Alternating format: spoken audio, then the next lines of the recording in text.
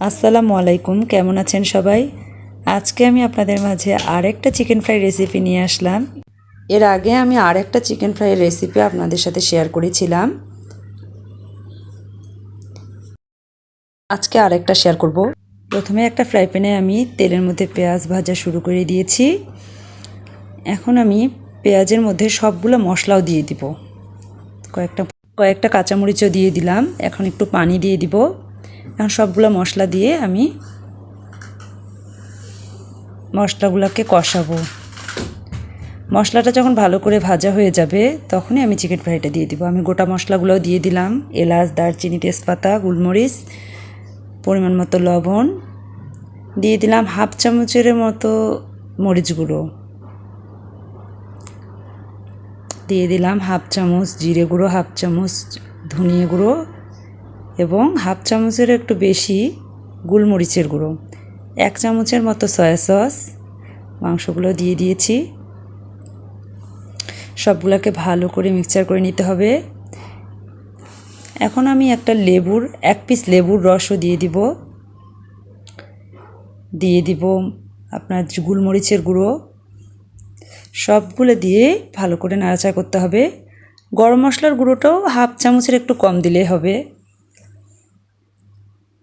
উপর দিয়ে আমি পেঁয়াজের ব্রেস্তাটাও দিয়ে দিয়েছি। এখন আমার মাংসটা ভাজা হয়ে গেছে। আমি খুব তাড়াতাড়ি করে আপনাদেরকে দেখাচ্ছি। এখানে আমি কোডিং তৈরি করার জন্য উপকরণগুলো নিয়ে নিলাম। এখানে 1 থেকে 1.5 কাপের মতো বেসন, 1 চামচের মতো চালের গুঁড়ো, 1 চামচের মতো ময়দা, পরিমাণ মতো লবণ, হাফ চামচেরও একটু কম মরিচের গুঁড়ো এবং হাফ চামচের কম জিরে গুঁড়ো, ধনিয়া গুঁড়ো, গরম মশলার গুঁড়ো পরিমাণ মতো এবং হাফ চামচের মতো গোলমরিচের গুঁড়ো দিয়ে সবগুলোকে নর্মাল পানিতে অল্প অল্প করে পানি মিক্সচার করে নিতে হবে। খুব বেশি ভারী করা যাবে না, আবার পাতলাও করা যাবে না, একটু মিডিয়াম করে রাখতে হবে। এই কোডিংটার মধ্যে আমি চিকেন ফ্রাইগুলোকে চুবাই তেলের মধ্যে ভাজবো। এখন আমার তেল গরমও হয়ে গেছে, প্রায় ডুবো তেলে ভাজতে হবে এবং চুলার তাপটাকে কমাই নিতে হবে।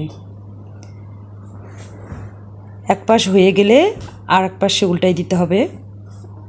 তার আগে উল্টানো যাবে না, নাহলে ভেঙে যাবে।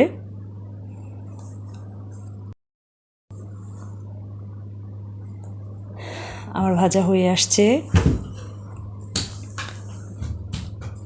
অনেকটা ব্রাউন কালার যখন হয়ে আসবে তখনই এটা হয়ে যাবে। এর আগে কাঁচা মাংসের আপনাদেরকে করে দেখাইছিলাম চিকেন ফ্রাই, আর আজকেরটা একটু হালকা রান্না করা, কিন্তু দুইটাই খেতে খুবই মজার। আপনারা বাসায় এভাবে করে খাবেন। আমার চিকেন ফ্রাইগুলো অনেকটা ভাজা হয়ে গেছে। এখন আমি একটু পরে এগুলোকে তুলে নিব। তাহলে আজকে এ পর্যন্তই।